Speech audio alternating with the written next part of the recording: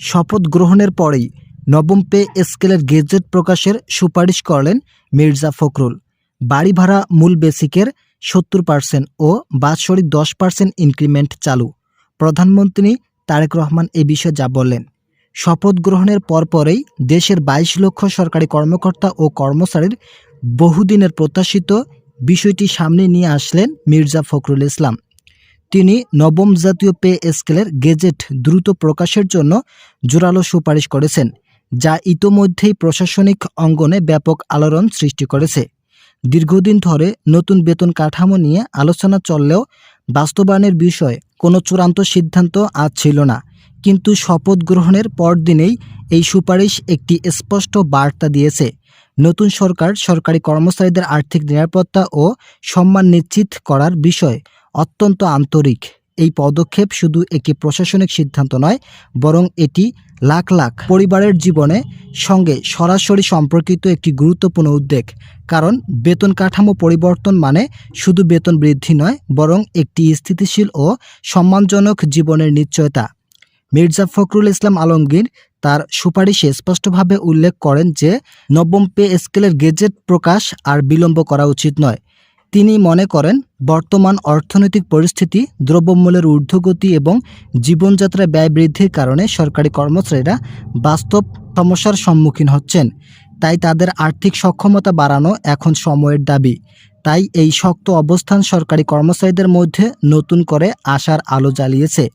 অনেকেই মনে করেছেন এটি শুধু একটি সুপারিশ নয়, বরং এটি একটি শক্তিশালী রাজনৈতিক প্রতিশ্রুতি, যা খুব দ্রুত বাস্তবে রূপ নিতে পারে। প্রশাসনিক সূত্রগুলো ইঙ্গিত দিয়েছে যে গেজেট প্রকাশের প্রক্রিয়া ইতিমধ্যেই দ্রুত গতিতে এগিয়ে চলছে এবং খুব শীঘ্রই এ বিষয়ে আনুষ্ঠানিক ঘোষণা আসতে পারে। যারা এখনও চ্যানেলটি সাবস্ক্রাইব করেননি তারা অবশ্যই সাবস্ক্রাইব করুন। নবম পে স্কেলের গেজেট প্রকাশিত হলে সরকারি কর্মচারীরা তাদের বেতন ভাতা, ইনক্রিমেন্ট ও অন্যান্য আর্থিক সুবিধায় উল্লেখযোগ্য পরিবর্তন দেখতে পারেন। এটি তাদের জীবনমান উন্নয়নে গুরুত্বপূর্ণ ভূমিকা রাখবে এবং তাদের মধ্যে নতুন কর্ম উদ্দীপনা তৈরি করবে।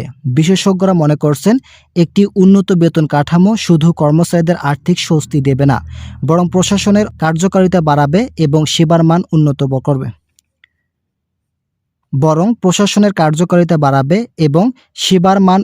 করবে। কারণ যখন একজন কর্মচারী তার আর্থিক ভবিষ্যৎ নিয়ে চিন্তিত থাকেন, তখন তিনি আরও বেশি মনোযোগ ও নিষ্ঠার সঙ্গে তার দায়িত্ব পালন করতে পারেন।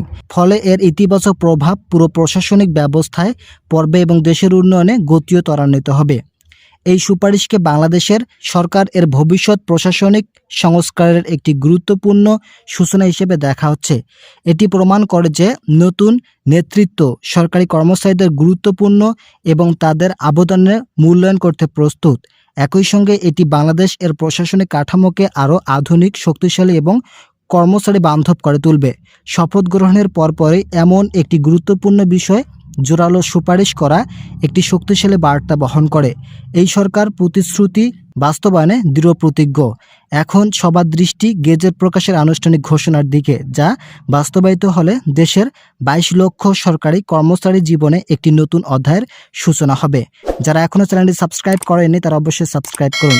নবনির্বাচিত সরকারের পক্ষ থেকে সরকারি কর্মকর্তা কর্মচারীদের জন্য আবারও এলো বড় সুখবর। প্রধানমন্ত্রীর দায়িত্ব গ্রহণের পরপরই তারেক রহমান ঘোষণা দিয়েছেন, এখন থেকে বাড়ি ভাড়া মূল বেতনের ৭০% হারে নির্ধারণ করা হবে এবং একই সঙ্গে চালু করা হবে বাৎসরিক 10% ইনক্রিমেন্ট সুবিধা। এই ঘোষণার মাধ্যমে সরকারি চাকরিজীবীদের আর্থিক কাঠামোতে একটি বড় পরিবর্তনের সূচনা হলো। দীর্ঘদিন ধরে সরকারি কর্মচারীরা বাড়ি ভাড়া নিয়মিত ইনক্রিমেন্ট বৃদ্ধির দাবি জানিয়ে আসছিলেন, কারণ বর্তমান বাজার পরিস্থিতিতে আগের সুবিধাগুলো দিয়ে জীবনযাত্রায় ব্যয় সামাল দেওয়া কঠিন হয়ে পড়েছিল। এই নতুন সিদ্ধান্তের ফলে কর্মচারীরা তাদের মূল বেতনের সঙ্গে উল্লেখযোগ্য পরিমাণ বাড়ি ভাড়া পাবেন, যা তাদের জীবনযাত্রার মান উন্নয়নে গুরুত্বপূর্ণ ভূমিকা রাখবে। বাড়ি ভাড়া মূল বেতনের ৭০% নির্ধারণ করার বিষয়টি সরকারি কর্মচারীদের জন্য একটি যুগান্তকারী সিদ্ধান্ত হিসেবে বিবেচিত হচ্ছে, কারণ বর্তমান সময়ে শহর এবং জেলা পর্যায়ে বাড়ি ভাড়ার ব্যয় উল্লেখযোগ্যভাবে বৃদ্ধি পেয়েছে।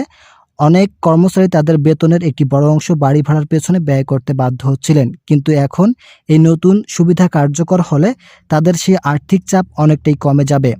কর্মচারীরা তাদের পরিবারের জন্য আরও ভালো বাসস্থান নিশ্চিত করতে পারবে এবং একই সঙ্গে অন্যান্য প্রয়োজনীয় খরচ স্বাচ্ছন্দ্যে পরিচালনা করতে পারবেন। এটি শুধু একটি আর্থিক সুবিধা নয়, বরং কর্মচারীদের জীবনযাত্রার উন্নয়নে একটি গুরুত্বপূর্ণ পদক্ষেপ যা তাদের মানসিক স্বস্তি ও নিরাপত্তা নিশ্চিত করবে। এরই পাশাপাশি বাৎসরিক 10% ইনক্রিমেন্ট চালু করার ঘোষণা সরকারি চাকরিজীবীদের জন্য অত্যন্ত ইতিবাচক একটি উদ্যোগ।